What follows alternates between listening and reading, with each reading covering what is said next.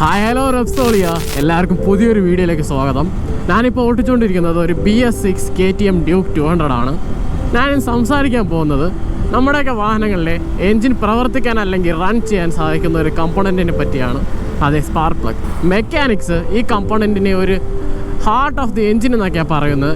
മനുഷ്യശരീരം എത്രമാത്രം ഇമ്പോർട്ടൻസ് ആണ് ഹാർട്ട്, അതേപോലെ തന്നെ നമ്മുടെ എൻജിൻ പ്രവർത്തിക്കാൻ അത്രമാത്രം ഇമ്പോർട്ടൻസ് ആയിട്ടുള്ള ഒരു ഡിവൈസ് അല്ലെങ്കിൽ ഒരു കമ്പോണൻ്റാണ് ഈ സ്പാർക്ക് പ്ലഗ്. ഈ ഒരു സ്പാർക്ക് പ്ലഗ് കാണാൻ ചെറുതാണെങ്കിലും ഇതിൻ്റെ പ്രവർത്തനം വളരെയധികം വലുത് തന്നെയാണ്. ഈ ഗ്ലൗസിൻ്റെ അകത്തുനിന്ന് ഞാനിപ്പോൾ എടുത്ത് കാണിച്ച ഈ ഒരു സ്പാർക്ക് പ്ലഗ് നമ്മുടെയൊക്കെ എൻജിൻ്റെ കമ്പഷൻ ചേമ്പറിൻ്റെ അകത്തോട്ടാണ് ഇതിനെ ഫിക്സ് ചെയ്യുന്നത്. ഇതിൻ്റെ വർക്കിംഗ് ഞാൻ പറഞ്ഞുതരാം. ഫസ്റ്റ് ഓഫ് ഓൾ, നമ്മൾ ഇഗ്നിഷൻ സ്റ്റാർട്ട് അല്ലെങ്കിൽ നമ്മുടെ ബൈക്ക് സ്റ്റാർട്ട് അല്ലെങ്കിൽ കാർ സ്റ്റാർട്ട് ചെയ്യുന്ന ടൈം ഒരു high voltage spark plug. High voltage എന്നൊക്കെ പറയുമ്പോൾ 12,000 to 25,000 വോൾട്ടേജ് ആണ് ഒരു നോർമൽ സ്പാർക്ക് പ്ലഗ് പ്രൊഡ്യൂസ് ചെയ്യുന്നത്. അതൊരു 40,000 വോൾട്ടേജ് വരെ പോകാനും ചാൻസ് ഉണ്ട്. ഓൾറെഡി ഈ കമ്പഷൻ ചേമ്പറിൻ്റെ അകത്ത് കാർബറേറ്റർ അല്ലെങ്കിൽ ഫ്യൂവൽ ഇഞ്ചക്ഷനിൽ നിന്ന് വന്ന പെട്രോളും നമ്മുടെ എയർ ബോക്സിൽ നിന്ന് വന്ന എയറും ഓൾറെഡി അവിടെ സെറ്റപ്പായി മിക്സ് ചെയ്ത് കിടക്കുവാണ്. ഈ പെട്രോൾ എയർ മിക്സറിനെ കത്തിക്കാൻ വേണ്ടിയിട്ടാണ് ഈ ഒരു high voltage of spark plug produce ചെയ്യുന്നത്. ഈ high voltage of spark plug ഈ പെട്രോൾ എയർ മിക്സറിനെ കത്തിക്കുകയും പിസ്റ്റൻ്റെ മൂവ്മെൻറ്റിലൂടെയാണ് ഈ എൻജിൻ പ്രവർത്തിക്കുന്നത്. ഈ സ്പാർക്ക് പ്ലഗിന് 3 തരമായിട്ട് മാർക്കറ്റിൽ അവൈലബിൾ ആണ്. കോപ്പർ സ്പാർക്ക് പ്ലഗ്, അതാണ് ഇപ്പോൾ എൻ്റെ കയ്യിലുള്ളത്. കോപ്പർ സ്പാർക്ക് പ്ലഗ് ഉണ്ട്, പിന്നെ പ്ലാറ്റിനം സ്പാർക്ക് പ്ലഗ് ഉണ്ട്, പിന്നെ ഇറിഡിയം സ്പാർക്ക് പ്ലഗും മാർക്കറ്റിൽ ഇപ്പോൾ അവൈലബിൾ ആണ്.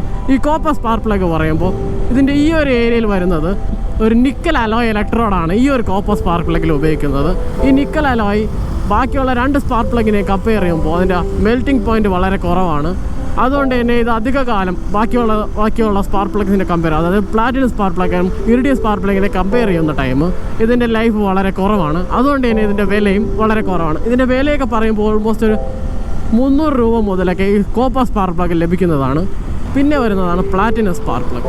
ഈ പ്ലാറ്റിനം സ്പാർക്ക് പ്ലഗിനെ പറ്റി പറയുമ്പോൾ ഈ ഒരു ഏരിയ, അതായത് ഈ ഇലക്ട്രോഡ് വരുന്നത് പ്ലാറ്റിനം വെച്ചായിരിക്കും. ഈ ഒരു പ്ലാറ്റിനം ആയതുകൊണ്ട് തന്നെ ഒരു നിക്കൽ അലോയെ കാട്ടി തന്നെ വളരെയധികം മെൽറ്റിംഗ് പോയിന്റ് കൂടിയതാണ് നമ്മുടെ പ്ലാറ്റിനം അലോയ്, നമ്മുടെ ഈ പ്ലാറ്റിനം. അതുകൊണ്ട് തന്നെ നിക്കൽ അലോയെ കാട്ടിയെ തന്നെ വളരെയധികം ലൈഫും കുറച്ചുകൂടി വില കൂടുതലായിരിക്കും. നമ്മുടെ ഈ പ്ലാറ്റിനം സ്പാർക്ക് പ്ലഗ്സ് ഒക്കെ ഒരു 500, ഒരു 500-600 രൂപ മുതലൊക്കെ ലഭിക്കുന്നതാണ്. പിന്നെ ദ മോസ്റ്റ് പ്രീമിയം, അതായത് സ്പാർക്ക് പ്ലഗ് തന്നെ പ്രീമിയമായിട്ട് പറയാൻ പറ്റുന്ന ഇറിഡിയം സ്പാർക്ക് പ്ലഗ്.